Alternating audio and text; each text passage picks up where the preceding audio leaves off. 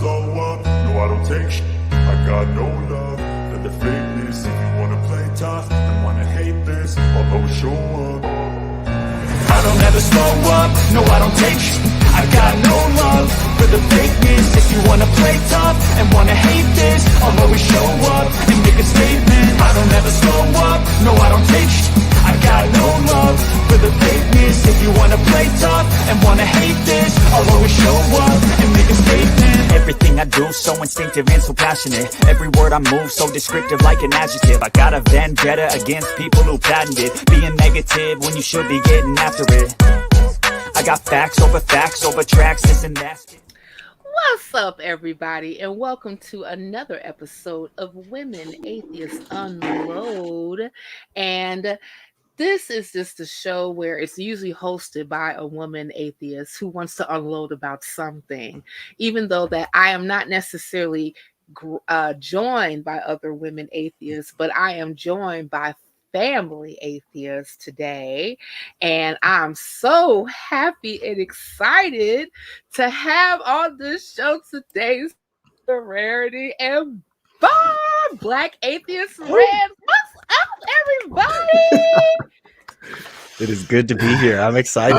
It's been a while since I've talked with both of you, and then we had this wonderful miracle, as some may say, where we all came together, and it was just great. So it's awesome to freaking be here with you both. Yes, you know, we had people pray. That's what it was. The whole community came together. They came together, praying, laying the hands. I believe anointing oil was part of this whole prayer as well. Shanda K. Yes.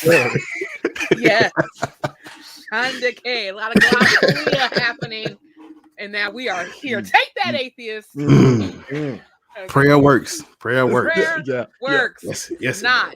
Anywho, so we are here talking, guys. So, let me go ahead and frame this conversation. So, why are we talking about reparations? Well, one is Black History Month. So, why the fuck not? Next, it is this also came about on a conversation that happened on Talk Haven. Another gentleman called in. I kind of, I don't know if I know them or not. I may, who knows, but that's neither here nor there. But they called in asking, their stance. Rarity was one of the hosts, and Black Atheists, no, not Bar, but Blatant Blatheist was a co-host on that show. And, they started to discuss some of the questions that was raised by the caller. And then so right after the caller was Black Atheist Rants, and they kind of chimed in on some of their stances, and then I called in afterwards. So I was very curious. I really would love to continue the conversation, possibly bring some enlightenment to the discussion, and also be able to do my best for what I know to answer some questions that the panelists have, and possibly even the audience. So I'm looking forward to a really great discussion, and so let's just get into it, guys. So but before we do all that, I would love to go in order of how we are posted on the screen right now. and right, upper, lower, so. But yeah, I would love for each of you to kind of just introduce yourselves, even though neither of you are really a stranger to Skeptic Haven, but regardless of that, I would love for you all to just introduce yourselves and kind of give your take on what you think about reparations, and we can go from there.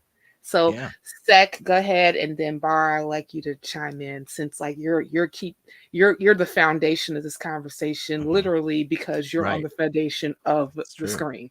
Got a lot on your shoulders there. You do, literally. You really literally have a lot on your shoulders. That's okay. But I'll keep my intro stuff short because I'm Secular Rarity. I'm sure you've probably seen me here before. If not, honestly, don't even worry about it.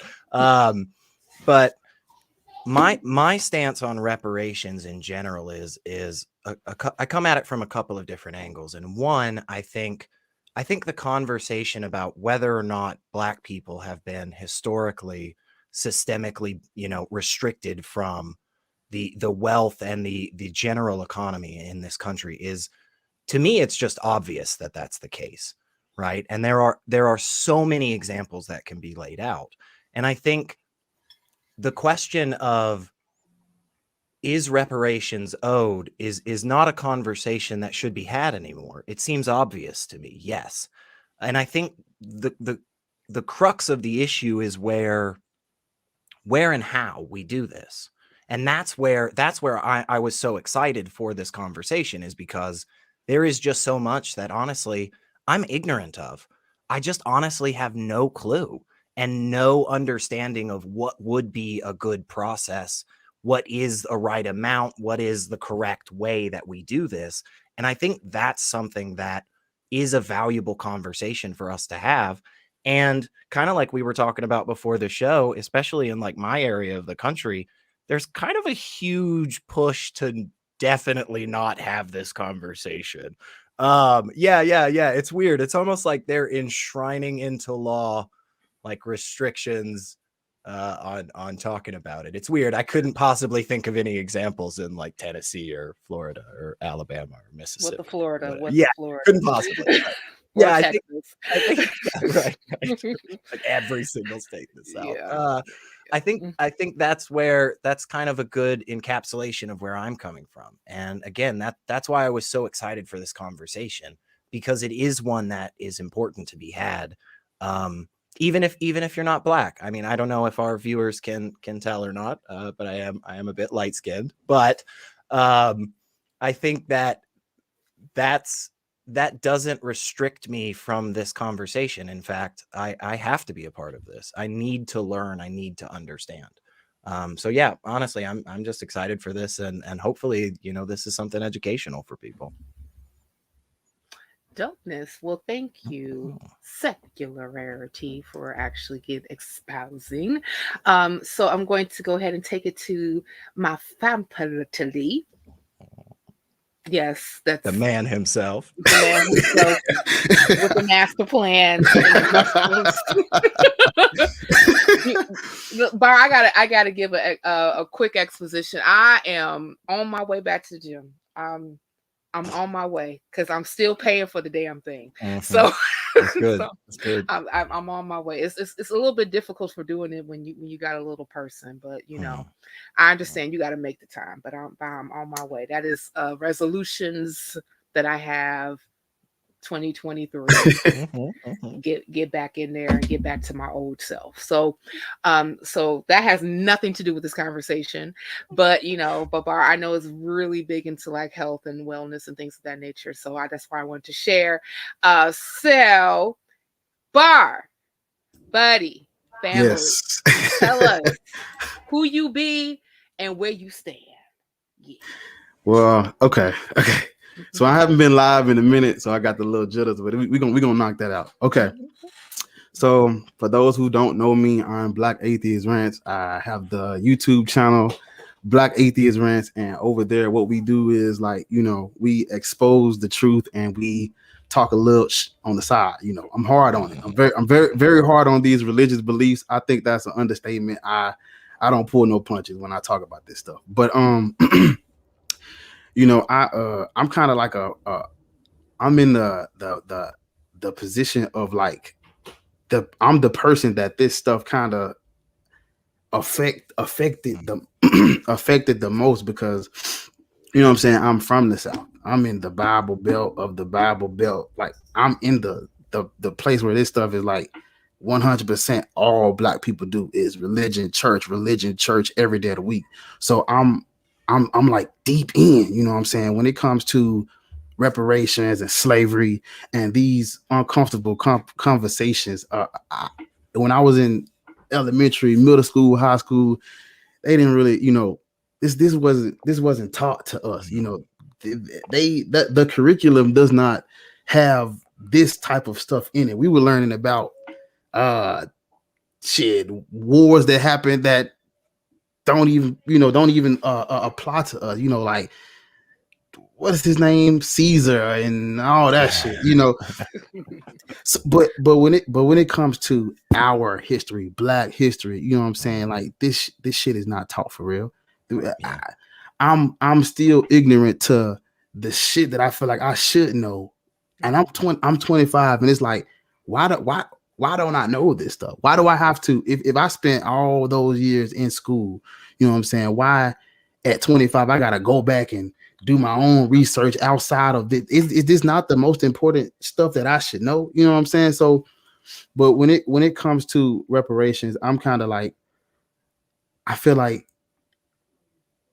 I would like to see something done. You know, I'm all about change. I want to see something done. It's just I do not have all the answers. I may not know the best way it should be done, and like how does this look? What's the I'm all okay.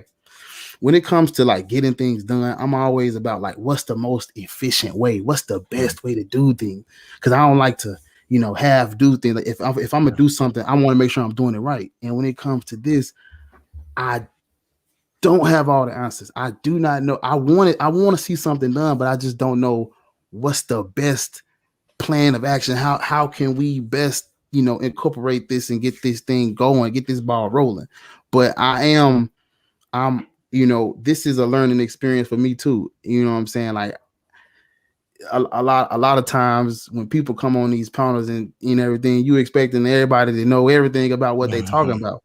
You know what I'm saying? It's an elephant in the room. Oh, we talking about this, that everybody must be the top of the top class. No, it's a lot of this stuff I don't know. I was not taught. I had to go do my own research on. Maybe I don't have the best answers. Maybe I didn't get all the answers when I did look it up, but I am here trying. You know, I'm for the change. Whatever I got to do to help get it rolling, you know, that's what I'm gonna do. And for me, that does start with, well, maybe if I can get us to spend less time in the church and more time focusing on things like this. Yeah. So it's kind of like everybody has a part to play, and mine is kind of like, okay, if I can get you to okay, let me say it like this. When I was growing up, you know what I'm saying, we went to church every day of the week. We was in church. I should not know more about church and God than I do this topic. And if that's the case, if that's the case, if they're gonna put me in church and I'm gonna go to church every day, I'm forced to go, everybody in my family go, then we should balance it out then. You know what I'm saying? If you're gonna teach me about God and religion and all this shit every day of the week, 24/7, then at least make it 50-50 where you teach me about where I come from, who I am, what has happened to, you know, why should I have to go out? Why should I have to go outside the church to learn these things? You know what I'm saying? Because you know, for Black people, church is deeper than just, you know what I'm saying, these your religious beliefs. Black people don't even talk about it like that. They don't talk about it. They don't talk about it like this is what I believe. It's not about belief. We don't even like, they don't use those words. They don't talk like that. Yeah. It's automatic one off the gate. This is true for us. Right. Ain't no which God do you believe in? We don't talk like that down here. Man, this is the South, man. They don't talk like that. Mm-hmm. So from where I'm coming from, it's like, maybe if I can get people to, you know what I'm saying, think outside the box, then maybe we can focus more attention on to, you know, how do we actually get things done that's going to benefit us? How do we get it rolling? You know what I'm saying? So that's how I feel like I'm doing my part. And I feel like I talked a lot, but no, that's great. And I think that, you know, one of the things that you brought up that's so important in this conversation, even when we're talking about reparations, like me, like doing activism work around reparations, a lot of times that comes with like political education and just like historical education. And the people that we start with is in the community. Because I was like you, Bar, and you, Secular Rarity, at a younger age in my 20s, and a lot of the stuff that I did not know, a lot of the information, history of our people. I mean, like I had a tertiary affiliation with Black history, but I know way more now. And then the reason being is because it was exposed to me that I did not know much at all. You even know, like, I went to a school where it was predominantly African American, of course, in Chicago, and it was a private school, and most of our teachers were Black. So, we talked about Black history, we talked about slavery, we talked about different ancestors who were on the front lines when it came to social justice work, from before slavery was abolished on through Jim Crow, civil rights, Black Power movements, etc. But it was still not. But one of the things that I always tell people when we're having conversations about reparations is that it is so important to tie in the educational piece when it comes to history to why the debt is owed. Because, like, you have a lot of people that's saying that slavery was a long time ago, so why are we talking about this, right? Yeah. And the thing about it is that why we are keeping talking about this is because the impact of the institution of slavery and the things that happened after slavery still affects African Americans to this day. I was telling people, like, backstage, I was reading a book. Since I got time now, in between me chasing a 1-year-old, when he's asleep, I'm reading. And I just finished a book. It's the truth. I'm like, no, stop, put that down. No, don't kill yourself. What are you doing? Oh my God. This is Congress all day long. So when I finally get that little boy to bed, that is me time. I pour myself a glass of wine and I get my Kindle and I'm reading, So, so the book that I just finished reading was talking about slavery towards the end of Civil War and the beginning of Reconstruction, and talked a lot about the Freedmen's Bureau and how this particular bureau was set up as a federal agency to help freedmen who were ex-slaves to be able to, get the things that they needed in order for them to be able to live in American culture, which is housing, education, food, all the like. And even the Freedmen's Bureau was able to help distribute or redistribute rebel caught land from the Union Army and redistribute it to ex-slaves. Now, the issue with that is that Andrew Johnson, which was the president that came after Lincoln, after he was assassinated by John Wilkes Booth, started to reverse a lot of those policies. Yeah. So a lot of people who were given land, some of the land was taken back and given right back to the rebels after they would sign or say that they were, reassign themselves as a loyalty pact to the Union. Oftentimes, the book talked about how they would just, like, some of these, like, rebels who were like traitors, they were like war criminals, would just write a letter to Andrew Johnson and was like, okay, I changed now. Can I have my land back? And he was like, yeah, okay, cool. yeah, it's cool. It's cool. Yeah. So, like, you had over 4.5 million ex-slaves who, under the jurisprudence of actual Andrew Johnson, who was left to fend for themselves without an economic floor. And you did have, like, some other free Blacks and other institutions, especially the church, that tried to help these people as best as they could. But, with you not necessarily have the protection of the federal government.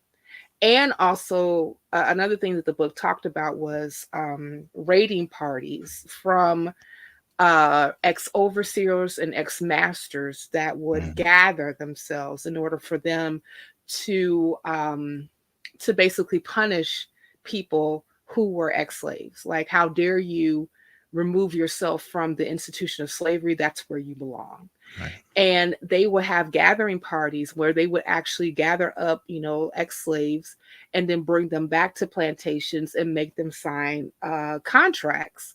Even though the majority of the ex-slaves could not read, they made them sign contracts to bind themselves to that plantation for life and their children's lives. And this is where we get sharecropping.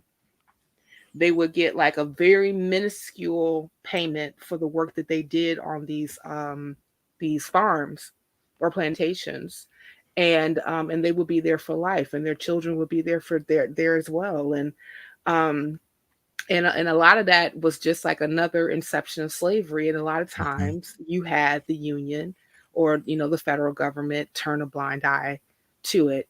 I mean, like, sharecropping lasted all the way into the 1970s. Yeah. So like this whole thing about, okay, well, slavery was a long time ago. Not really. Yeah. And it's that history and the continued effects of that today. Again, just talking about my area, I know this because I have both friends and family that have worked in, administration for public education, and it's just really, really, I guess it's a coincidence that the schools that are majority Black and Latino are also the ones with the smallest budget every year. I guess it's just a coincidence. I guess it's just a coincidence that for literal decades, bank policies said, hey, if you're white, we'll give you a loan. And if you're Black, tough shit. Again, I guess it's just coincidence, or it's a pretty obvious through line that has been, again, just systemically keeping this group out of finance, out of wealth and the economics. Secular Rarity, according to Marjorie Taylor Greene, one Illinois school got over $1.5 billion to teach CRT in their schools. Well, I mean, and I guess, all know she's a bright. There's no other words I can say that won't get this instantly. She's just a bastion of alternative facts. There you go. A bastion of it.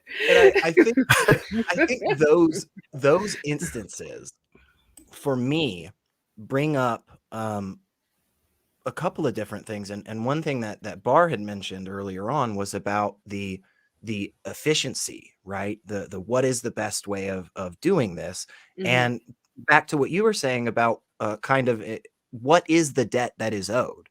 Again, I think it is clear, there is a clear through line through our history in this country that it is like, yes, a wrong has been done repeatedly and continually, and there is something owed. Is that a specific department that like the Freedmen's Bureau? Is that what we should go about, or is this something related to social services and public utilities and so forth? Is this a monetary sum for each individual? And that's where I think is, for me, the stuff that I'm just ignorant on as to what would be the most efficient way, what would be the thing that actually provides the benefit that, again, I just think is obvious that has been restricted, for generations. So yeah. I was gonna say, I'm sorry. No, you good. Go ahead. Okay, so I was gonna say, when it comes to kids, hey girl, I'm gonna just talk louder. I was gonna say so the first thing I was gonna say earlier was, like, I noticed that a lot of things, when a lot of things that we do or we have knowledge of, when you go back and you look at the history of it, it comes from like a net negative. Like, when I be on TikTok, you'll be, they'll like say something about how, like, oh, this comes from this, and it's like it's rooted in this. It's like, damn, like it's like I realize I lack so much knowledge on like basic things. And so when it comes to they throwing me out with this damn noise.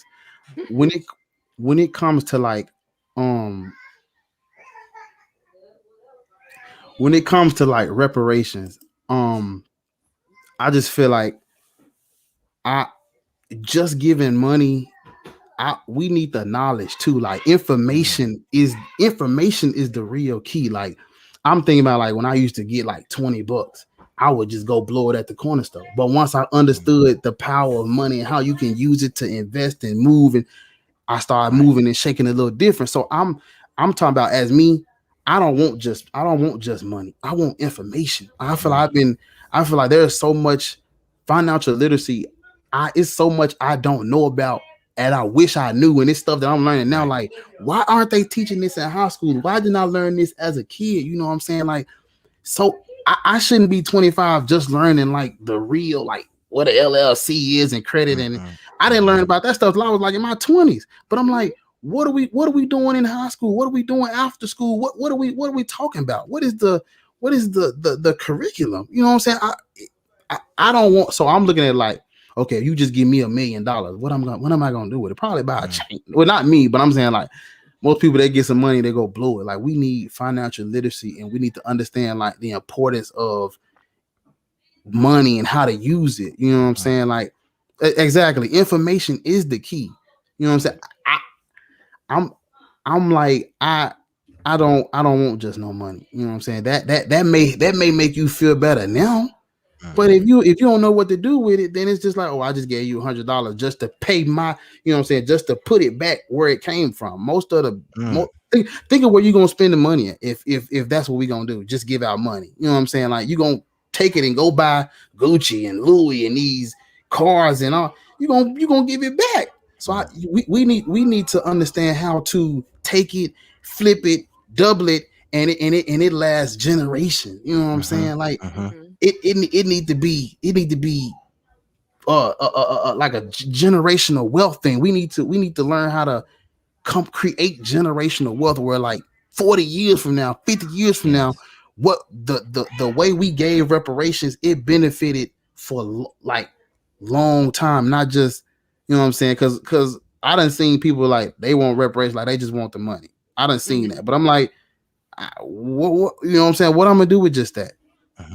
Right. And that definitely brings up a good concern that I have too, because I feel like you were kind of touching on it there, is that sometimes I feel like, you know, like we see this big lawsuit, right? And then instead of actually going and doing anything or fixing the problem, we just write a freaking check, and then we just move on, and we're like, okay, guess we fixed that. And so that too comes up as this concern of, you know, is that just a way to kind of help a group of people just feel better and just move on without actually doing anything for the people that were affected? Yeah, that's a good question, and I definitely want to address that.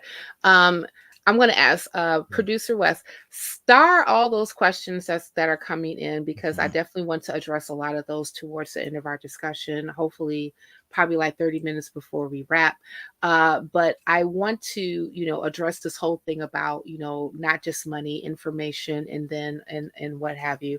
So I'm sharing my screen, Mr. Producer. If you can go ahead and thank you. I appreciate that.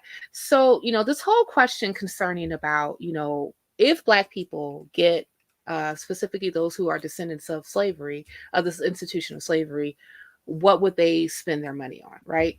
So, because like, I know that Dave Chappelle did not help answer that question so well when he did his skit, like, you know, if Black people got reparations, and, you know, they was just going like buck wild with it. So I think that the first thing that we should talk about is like what Black people actually spend their money on. Now, this is from the Bureau of Labor Statistics, I believe, like the households between, you know, 2010 and 2012. So we see like the biggest percentage of income that African Americans spend their money on is housing, keeping a roof over our head. You know, the second portion of our of what we were spending on is food, and especially now, food is hella expensive. And then like the third biggest portion is transportation, because you got to get back and forth to like your different destinations, like especially to work and what have you. And then the next biggest portion is to personal insurance and pensions. So being able to pay into a life insurance policy, a 401k, a pension plan from your job, etc.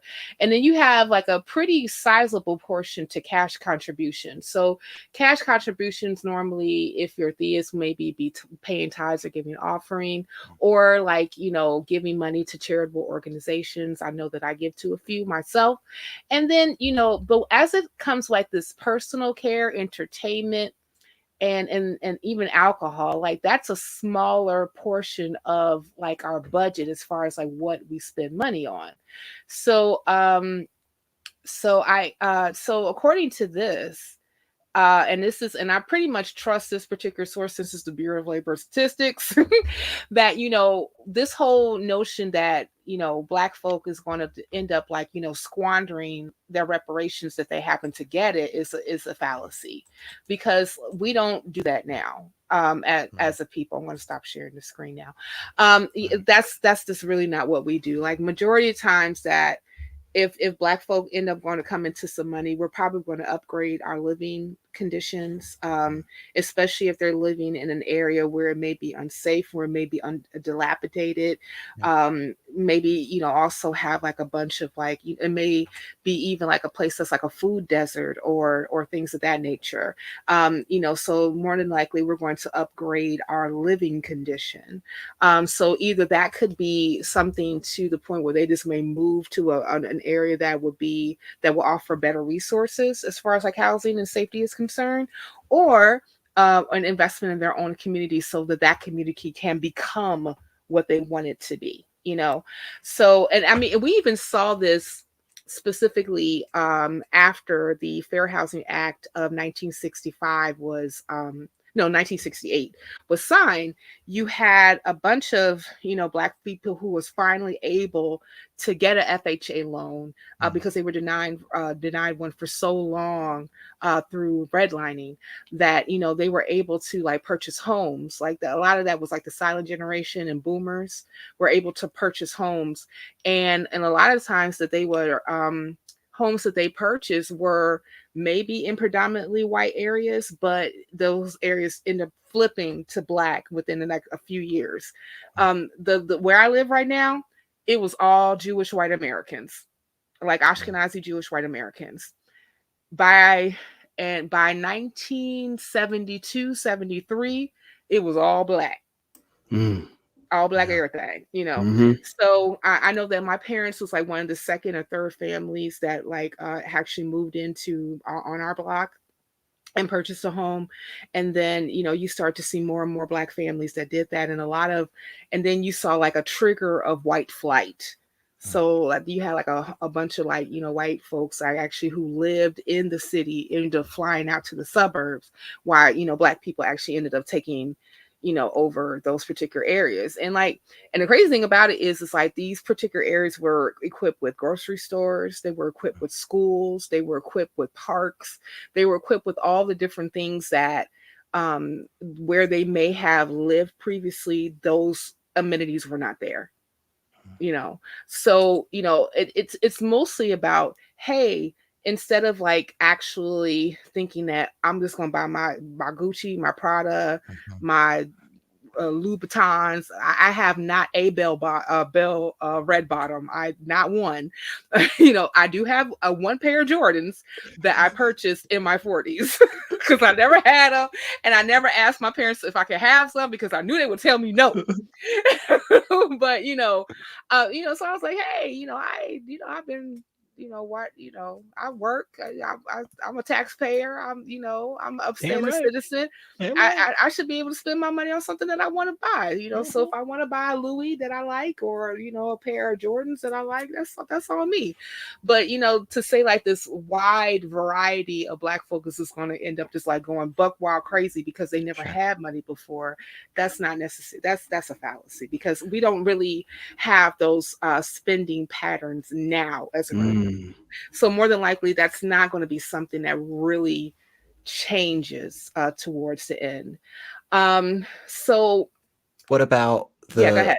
What about the? Because I think again that this is why I was excited for this conversation, is because that type of information is valuable. Because if that argument is out there and perpetuated by the likes of fucker Coalson, I'm sorry, I always get his name wrong. I don't know why that happens. Yeah. I do too. But that All the guy, time. you know that guy, it's That like a bow guy. tie or something. Yeah, That yeah, dude.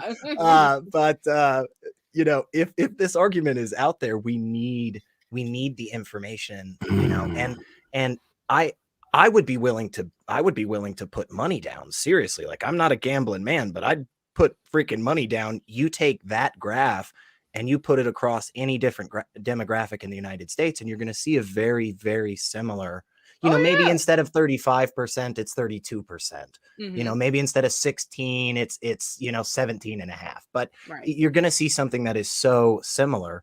But for me, then the question comes up. So it's like, okay, we know that, it's not just going to be a total free for all, like you said, the Dave Chappelle sketch. Yeah. But what about the argument that there is a broader system in place that is still, working against you, that is still specifically geared towards keeping you down, even if you get this money, right? Yeah. Like what should we do with that? Is there a balancing that needs to be done, or is it just a yes and type moment? We do Right. this and we do that. Yeah. Right. I'm all about yes and. Mm. Because like the United States government, with its 435 congressional delegates and its 100 senators, happen to do committees and vote on budgets and legislation like every day. So, and a lot of times these budget talks about and what to fund and what they're going to put forth to the president's desk to sign is a multitudinal portion of legislations and practices and policy, because they have a multitudinal portion of committees that they are actually, having these discussions. So, I am of the mind that even though like reparations in of itself is not necessarily about fixing systemic racism, it's about paying a debt. But in order for reparations to be successful, you have to address institutional and systemic racism. You have to. And because a lot of these institutions, like banking, for example, are still very much so in the practice of like redlining, even though redlining in of itself is illegal since 1968. We still have a bunch of banks that practice redlining to this very day. Matter of fact, we have a mayoral race here in the city of Wind, and one of the candidates who is running took on Chase Bank for its imbalanced practices when it comes to giving loans to Black people for housing. And he was able to secure about 1 point something billion dollars towards loans but the language is still bad because it's like for historically disenfranchised neighborhoods. And so like and to be honest, like if a person, like if they happen to be, let's say, white or Asian or Latine, who happen to live in historically disadvantaged areas, they can possibly take advantage of that loan money too. So there is not a guarantee that that money is going to be strictly, towards, African Americans who still have a very low housing ownership rate. Matter of fact, last time I checked, that our housing rate of ownership is about 42%, just opposed to whites, who which at 73%. Wow. Dang. So we definitely have to address these institutions that are systemically against Black people, and this is something that it will be a Herculean task, but it's not something that can't be done. And the reason I say it's Herculean is because it's something that has been a practice for an extreme long time. Like, remember, I was just talking about how after the Civil War, like right after, you had organizations of white masters, ex-masters, who were rounding up, Black folk and making them sign contracts to rework on their plantations, and the government turned a blind eye. You know, and I think that somebody mentioned it in the chat, who mentioned about policing coming out of the culture of slave catchers. And in your neck of the woods, matter of fact, Bar, when we looked at what happened to Tyree Nichols, and how the men who from the police force, from the Scorpion police force, were Black. All of them were Black, about 5 of them. Yep. And they beat that man to a pulp, and to the point where he died 3 days later. And you had like a couple of people who come on conservative Fox News TV talking about, oh, that was Black on Black crime. I was like, no, that's police culture. Yeah. And I mean, like, it doesn't matter if these people who happen to commit that atrocity were Black. Yeah. They were still operating under the systemic portion of white supremacy within that institution. Right. They were trained in it. They were right. They were trained in it. I mean, because like, here's the thing: you can give a DEI training to police officers who happen to go into the academy, but by the time they get assigned to a beat or administration or things of that nature, they're going to be re-indoctrinated into what police culture is. Yes. And police culture, for the longest time, specifically here in the United States, is stop and frisk Black folk. Yeah. And it's not anything that we would say is, oh, Black people, you crazy, how you know this. I'm like, no, it's been documented. This stuff has been studied. We have plenty of data that supports this notion. We're not crazy. I mean, like, you have Mayor Bloomberg in New York, when he was there, who endorsed the stop and frisk policy that systemically targeted African American and Latina men because they commit the crimes. Yeah.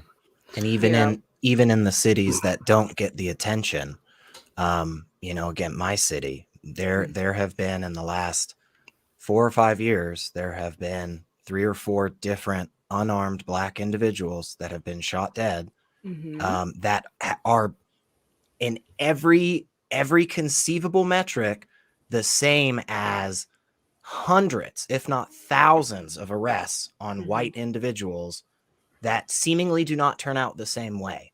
We did a whole 2-year internal report that found that Black and Latino drivers are just, by and large, stopped more than white drivers.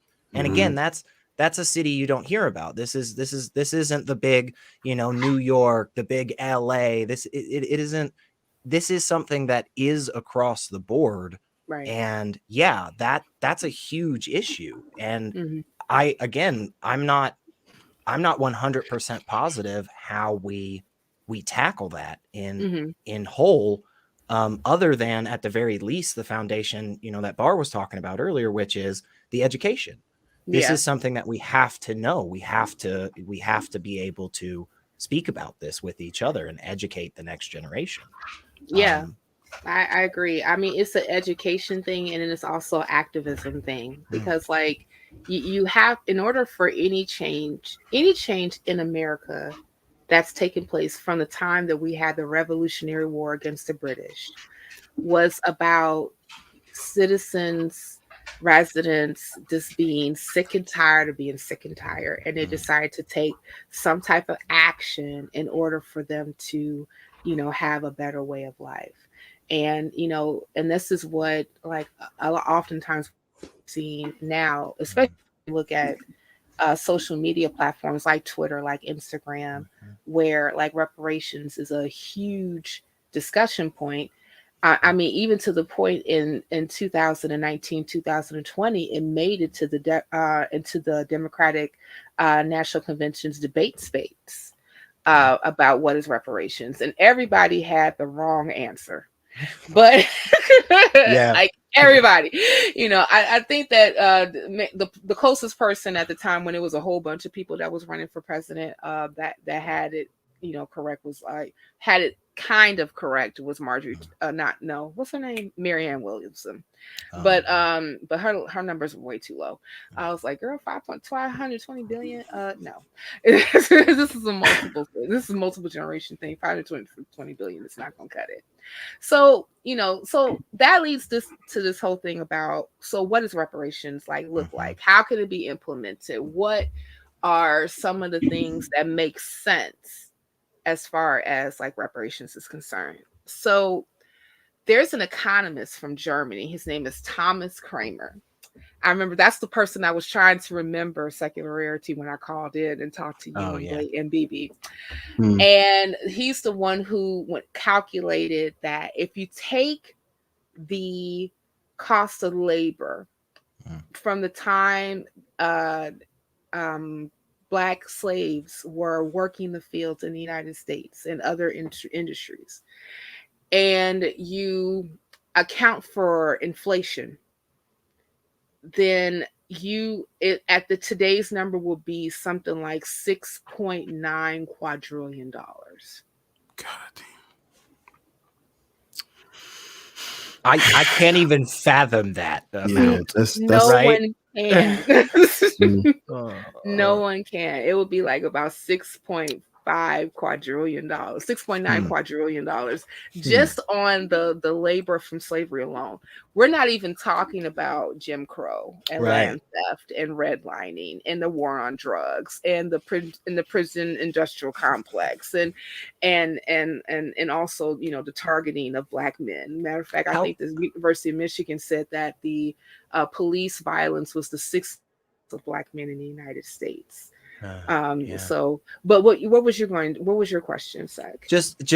I think the first thing that comes to a lot of people's mind in this moment is truly trying to really wrap your mind around, how huge of an impact this is, right? Not only for an individual community, but for individuals themselves, for this nation, for the world. And it almost seems that in that moment insurmountable. It almost seems like it's just a debt that can never truly be repaid. It is a hole that is dug so freaking deep for so long that there will never be a catch up, And I think that is something that prevents us sometimes from moving forward in this conversation, because we hear that number and we're just like, all right, well, we're screwed. Okay. Yeah. Let's take it up. Who has $6.9 trillion quadrillion dollars? Right. You got it? Jeez. You? Yeah. You? No? All right, cool. I guess, sorry, Black folk. Yeah. On your own. Have a nice life. Oh gosh. Okay. Yeah. No, go ahead, Bar. I was gonna say that's what I thought when I heard the number. I'm just like, oh my God, man, how do we even, damn, can't even, my brain, I can't even begin to comprehend what I just heard. No one can. No one can. And I think that or even in my mind, and I have some activist friends to say, yeah, we should go for 6.9 quadrillion. I was like, sweetheart, the country is not worth 6.9 quadrillion. No. The last time I checked, the country is only worth about $270 trillion. And that's and as much as that is, that's huge, but that is nothing compared to that number. No, it's not. It's not it's not realistic that you would be able to pay that amount of money. I mean, as much as I'm pay that, cut that check, but no, it's what I can do is $6.9 quadrillion. But literally everything, right? Literally everything, every problem on the globe, I would solve in one day. Be like, God, Right. You'd be like, I'll build a new earth around this giant. Right. Build a whole new. Right. You want, hey, Christians who believe that the earth is flat and only 6,000 years old. I got your firmament. I got your dome. About to build one of them junk, I'm about to build. I got you. I got the money. It'd be just like he did on the first day. You put the grass down, little turf, little water. I like make a green sun in the orange grass. We're gonna flip it. I like those colors better. I'm glad we have celebrity in the conversation. But no, it's not realistic.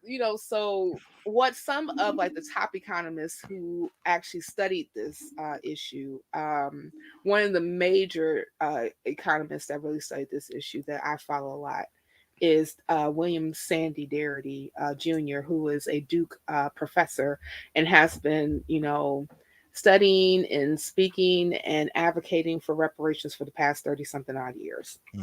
And his book, From Here to Equality, 21st century Black reparations in the 21st century. Now he has a second edition that just came out. I need to get that particular book, but when the first edition came out, I picked that one up. And he wrote that book specifically with his wife, A. Kirsten Mullins. And they make the case, using history and current data on Black positionality in the United States. And they advocate more, instead of just doing this whole $6.9 quadrillion, because we know that that's not feasible, is looking at the racial wealth gap.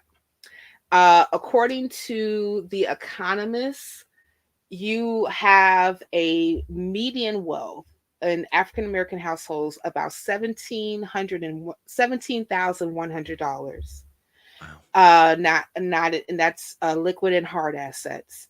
Wow. Just opposed to white households, which is about $171,000. Jesus. Even according to the Bureau of Labor Statistics, for Black households that have the head of house that has a bachelor's degree, they still have less wealth share of a white household where the head of the household doesn't even have a high school. It's like a $15,000 difference. That's amazing. So we know that education in of itself is not going to close the racial wealth gap, especially when Black students who have to continue their education on the college level carry a significant more amount of debt, student debt, than their white counterparts, and a lot of that becomes because of not having generational wealth. So they will have to rely on student loans in order for them to finish their education. And they, sometimes that could be a weight that's carried that's the same amount of a house as a house. I remember this one lady who called into a show that I used to watch, who talked about her and her husband, and she has a master's and said that between her and her husband, they carry a student loan debt over $200,000. Wow.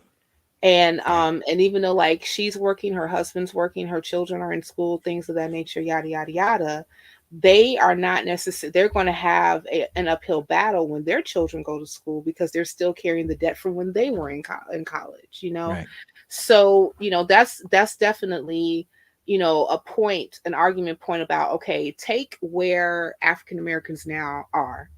And I'm specifically talking about the ones that come from the institution of chattel slavery, because when you start to disaggregate the wealth share and the income share between Blacks that have been here for multiple generations versus Blacks that may have gotten here just after 1965, it's a difference. Especially and another thing, and I'll give you an example. You have, like, in California, a median income of a Nigerian family that's like around $200,000 versus, almost zero to an African American family that's been here for multiple generations. And a lot of times we forget that, sometimes you have immigrants that are coming from countries that are bringing resources with them. Right. You all heard about what happened in Monterey Park in California to that Asian community. That they had a mass shooter that was there. Oh yeah. Yeah, Yeah. and I was listening to an Recently. expose about, like, Monterey Park that used to be in the 70s, multiple races, but when the 80s came primarily Chinese and Taiwanese immigrants. And the reason why you had like people able to buy houses there, to purchase, to run businesses there, for people to even come back from there or not, hey doggy, is because you had a large multi-billion-dollar investment from Taiwan specifically into that community, because a lot of their people were going there. So when I was reading that story, I was like, what? Oh my goodness. And I was just thinking, like, okay, so when we're talking about, like, if the racial wealth gap is so huge in African American communities, let's talk about how we got there. And then when we talk about how we got there, comparing it to other communities, we can see the differences is that we never had a mass influx of capital that was placed within us specifically to make us a viable community. I mean, you have your offshoots here and there, and then people like to bring up, well, what about Beyonce, Jay-Z, and Oprah? I'm like, yeah, no, Those they don't three count. people make up for Right. everything else. Right. Yeah, cool. Right. Cool. No, they don't count. Like I said, okay, Yeah. you have a few people who was able to make immense wealth that's, from entertainment versus an entire population of people. Like, come on now. Yeah. Be real. The exception makes the rule in that case. Right. Jeez. Yeah. Says no one ever, because this is not the standard for anybody else. Yeah, exactly. It's not the standard for everybody else. So, so we're talking about, and I really do encourage everybody, if they can get a chance, to read From Here to Equality, Reparations for Black Americans in the 21st Century. It does give like a multifaceted breakdown of what reparations could look like that makes sense. So we're talking about, yes, direct payments to those who come from chattel slavery. And the criteria is just be able to trace your family through at least one ancestor. So it's not this like big, huge, crazy ask. And it's not that hard to do, especially when you had the first ex-slaves that were counted in the United States were from the 1870 census. And you can pull that up anywhere. Anywhere, it's not a heavy lift to do that. And that answers a good question that I've always had too, on the individual, direct lineage. This is something my, people in my family did. It took some effort, but like went back 400, 500, 600 freaking years, Right. And that's always been a question is there enough of a historical record for a majority of the people that should benefit from this program? And it sounds like what you're saying is it's a hell of a lot easier than some people have made it sound. It's a hell of a lot easier to do this than a lot of people have kind of scared us about. Man, let me tell you, I heard this dude named Lord Jamar, who was one of the founding members of Brand Nubians. Love the group, by the way, but he is not a very smart person.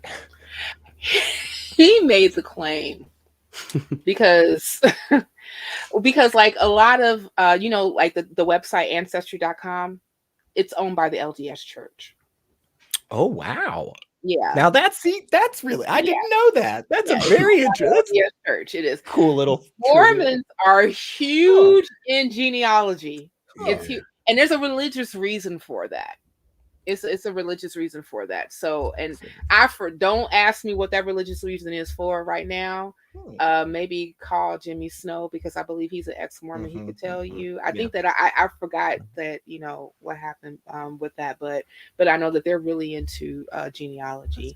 So like a lot of those like records as far as like the census and and other records that you can find are actually on ancestry.com. But they're not the only source of people that actually like hold this information. I mean, like a lot of that stuff is at the Smithsonian, at the Library of Congress, things of that nature. It's not a big lift.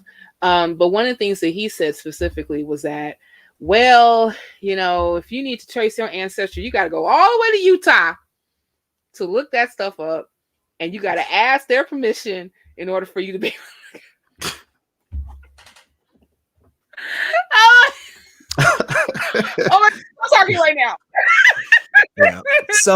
Something about that statement just makes me feel like it's wrong, No, because it is. It totally is.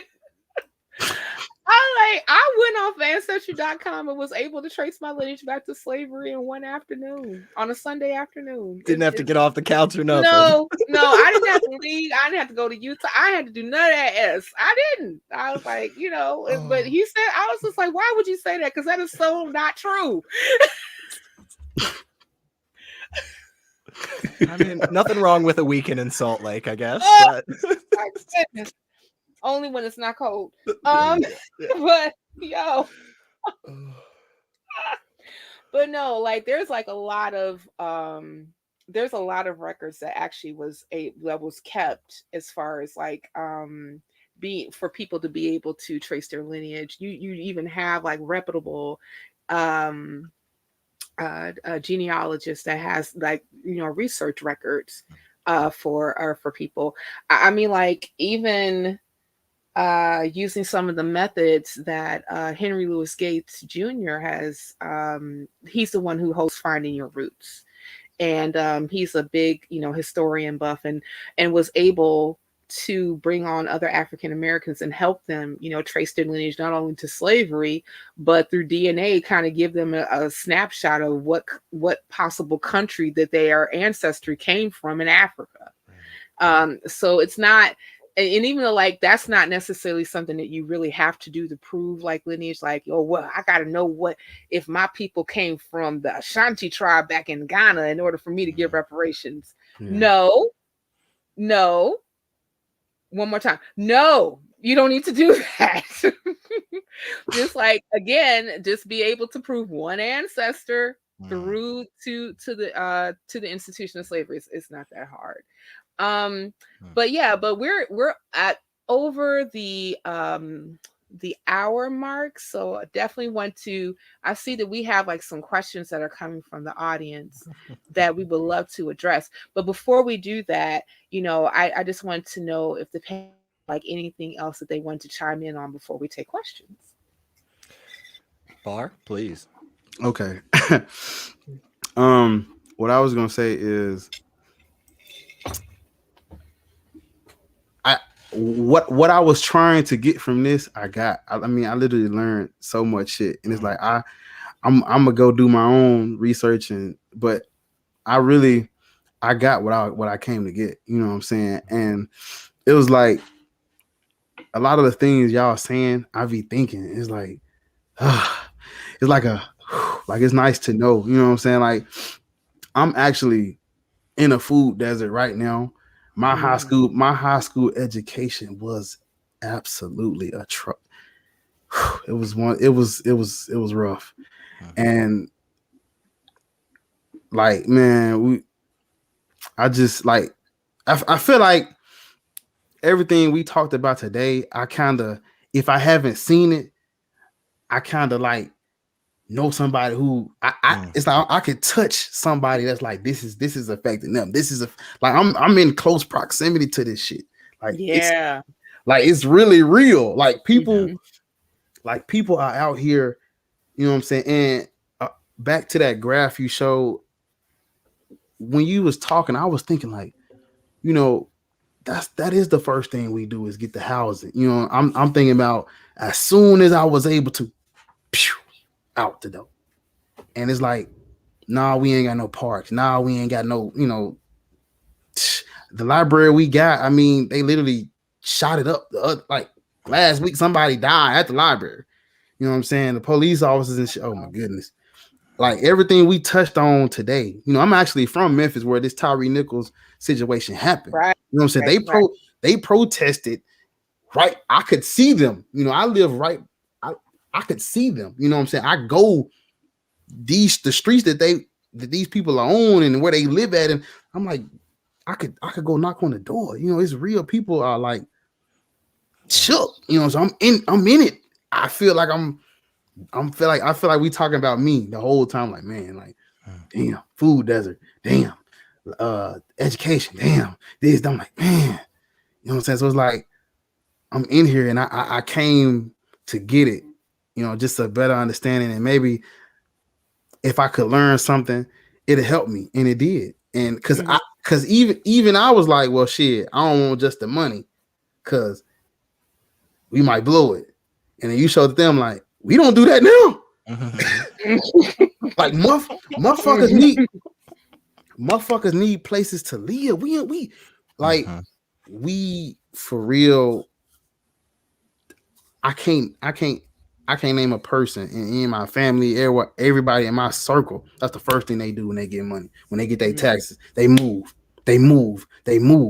We like what they said about how this neighborhood is predominantly white, and then we move in, and then it's like that for real. Like, yeah. When it comes to housing in Memphis now, ain't nowhere like. If you ain't no getting away from the crime and the, you know, it's everywhere now. Yeah. Like people from the lower end income areas, when they get their tax money, when they get they take their same mentality to the other side. It's like those people move out, they move in, and that area becomes what they came to get away from. Yeah. So it's like this city is. Actually, this city is rough. One more thing I want to say. I didn't know if I was going to say. I didn't know if I was going to say it or not, but I said fuck it. So I actually am a police officer. I just didn't know if I was going to say that or not. And so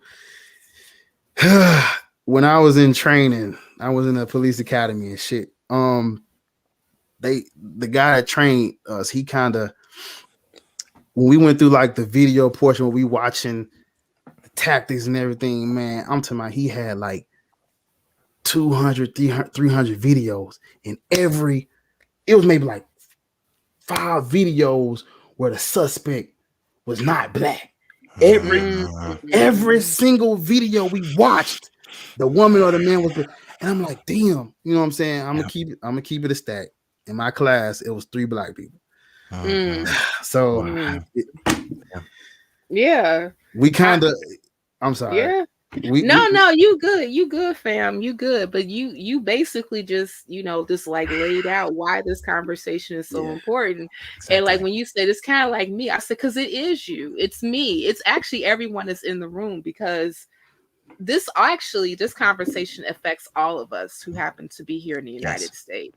You know, and I also say that white supremacy is a scourge even on white people. Yes. Because, you know, there's a wall that they may even like erect to think that they can get like some type of protection from white supremacy in order for them, like, oh, I can get this, I can get this, I can get this. And yes, you might.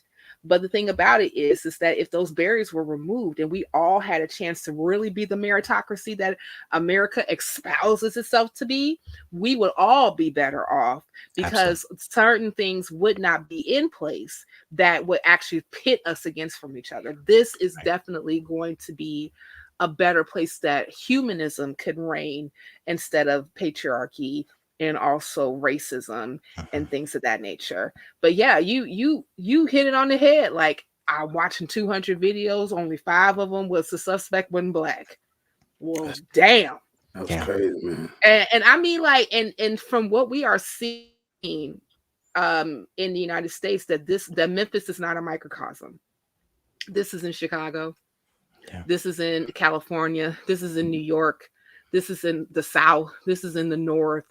It doesn't matter. Like, these are sentiments that are like shared all throughout the United States. And this is why these things need to be addressed. Yeah. And the thing about it is that when you make a people a viable class of people, and especially starting about paying the debt that you owe them, a lot of those particular, institutions are going to flip because the positionality of Black folks flips. So let's get to these questions. With Randolph Richardson from the Canada says, what is the cost of asking permission to access those records? Okay, that's a good question.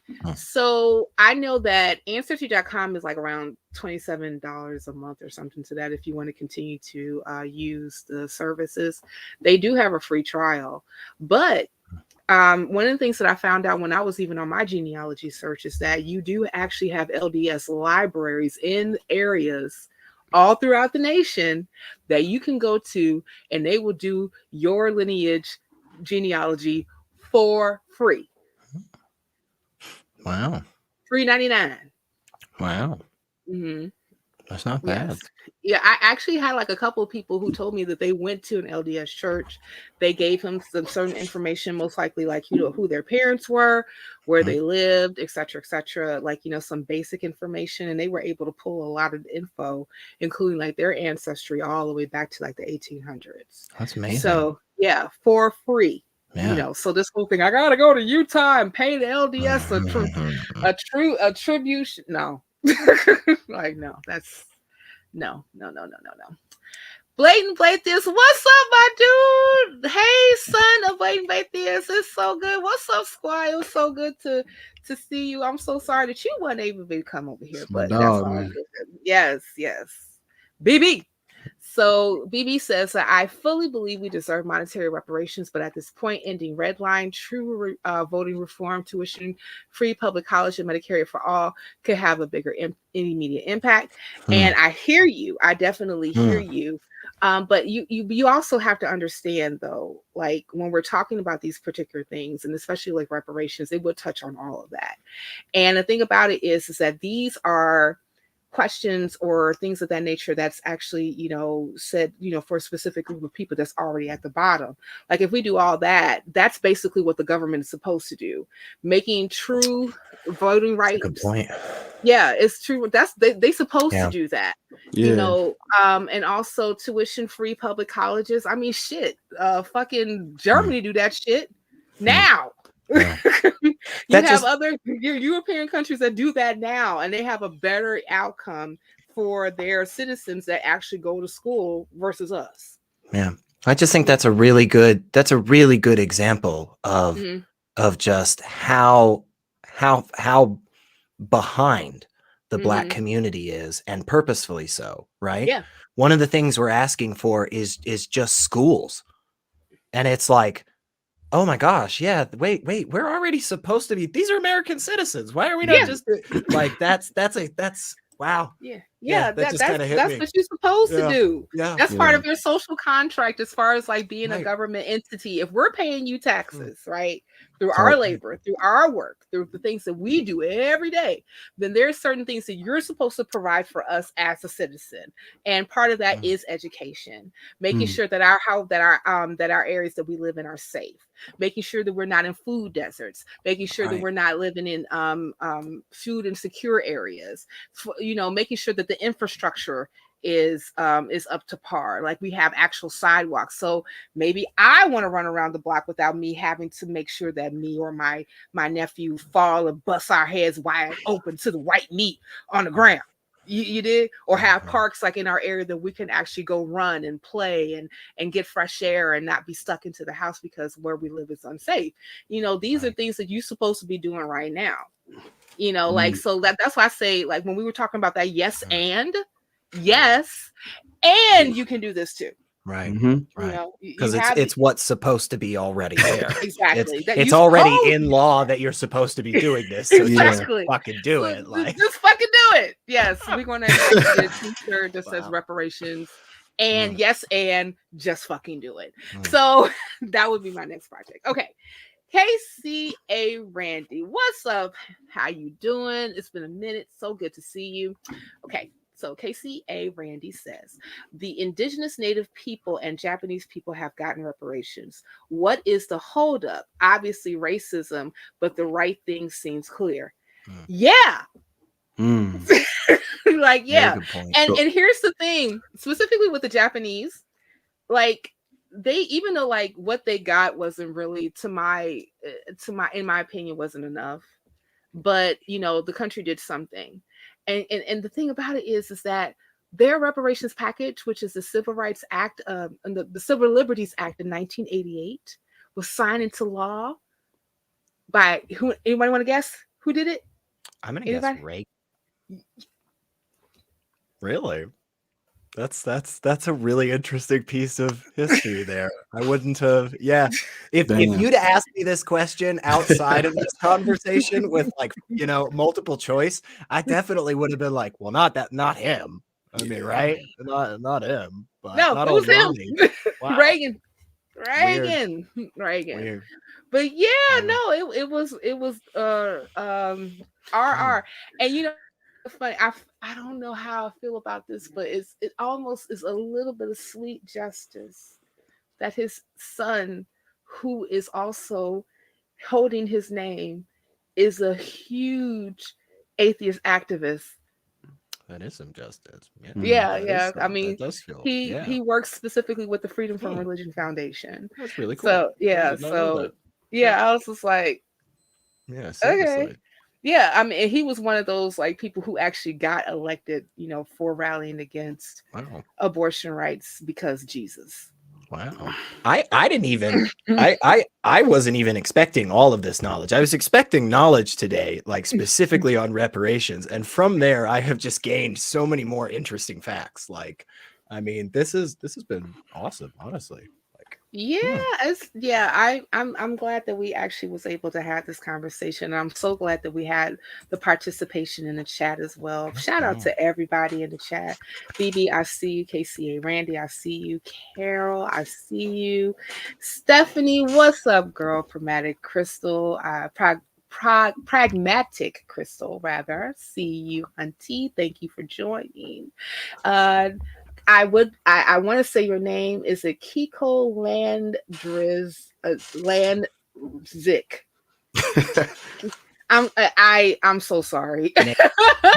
I'm so sorry. I know I completely so hey Kiko, I'm going to have to shorten your name because I completely butchered it. But it's great to see you, Carrie Ann Chrysler. Great to see you, Randolph Richardson, one of my guys. I love seeing you in the chat.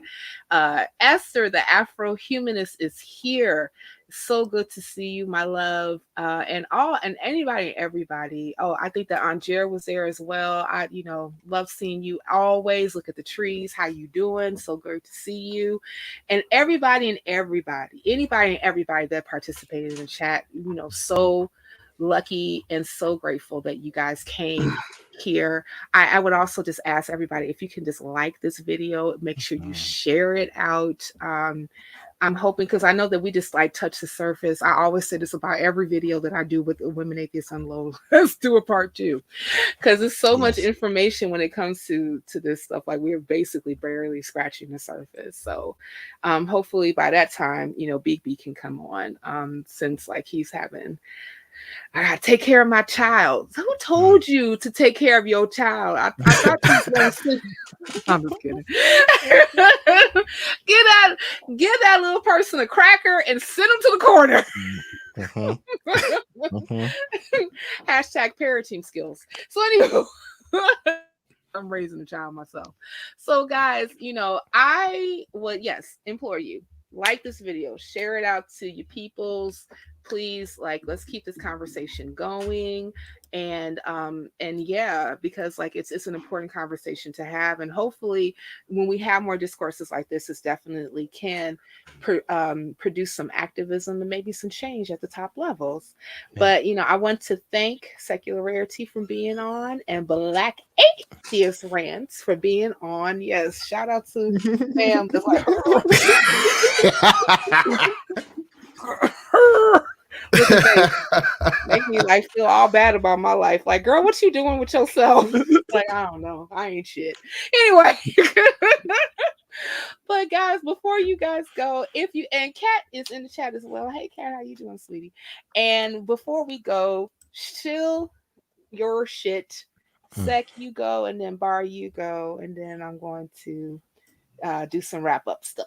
Yeah, you can find me a bunch of different places if you just go type in Secular Rarity, but I'm here a lot hanging out on this awesome channel, and Talk Heathen. I regularly host that, so I think I have another one coming up in the next couple of weeks, but I'm honestly not positive right now. But yeah, you'll find me somewhere. Like, just I've seen your avatar around talking. Yeah, I know. Yeah. It's too much, honestly. Like, but Not at all. No.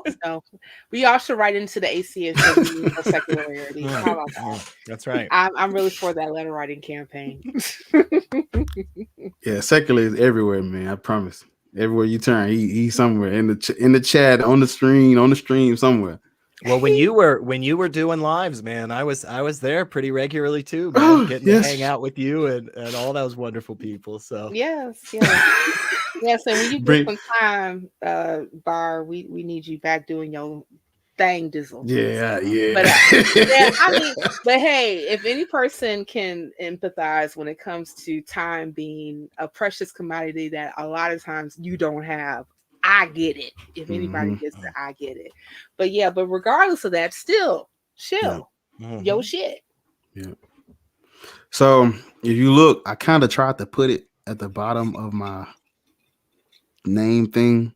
If you type that in on any platform, I'm gonna pop up. Instagram, TikTok, YouTube. That's it. If you type this in, my face, this beautiful face, trying, this face will pop up. So I need y'all to, what I'm saying, come over there and support, because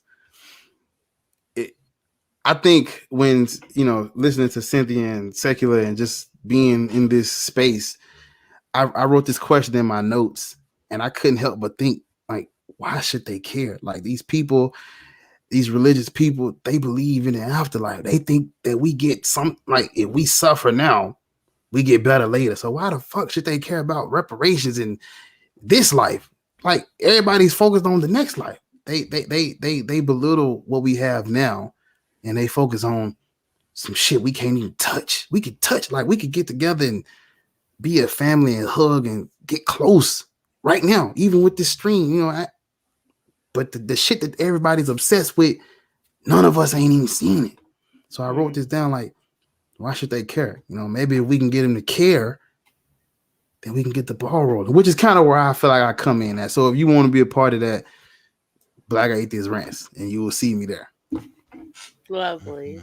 I asked that same question, I think, in Better, if I'm not mistaken, Secular Rarity. I even asked that question when I did my speeches for Houston Oasis, and also the Black Non-Believers Women of Color Conference. Like, we talk about this whole pie in the sky before you die, but you got a whole life to live right now.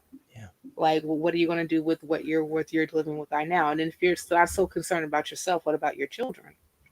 What about the people that's after you? It makes more sense to me that you would still cape for these things. And actually, you do have a bunch of theists, who put hand to plow and put themselves in activism spaces to make their lives better now. Dr. King is a big one of them. Malcolm X was also one of them. Carter G. Woodson was a Christian too, even though he was a free thinker and he questioned the church a lot.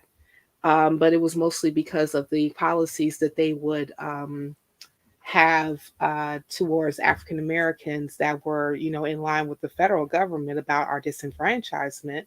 But he was a theist too, and he's the one who started Negro History Week that turned into Black History Month. So that's why we're here. But yeah, I'm all about that. Just like telling people like, hey, listen, you know, if you believe in something that the visible sky daddy, I guess, but you have a life to live right here and right now. Yes. And your life is evidence of what you are needing now, not God. Sunday cake. Yeah.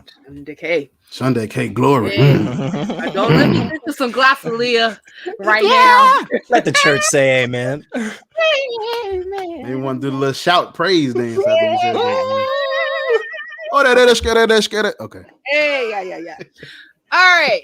So before we get out of here, I just want to thank our patrons.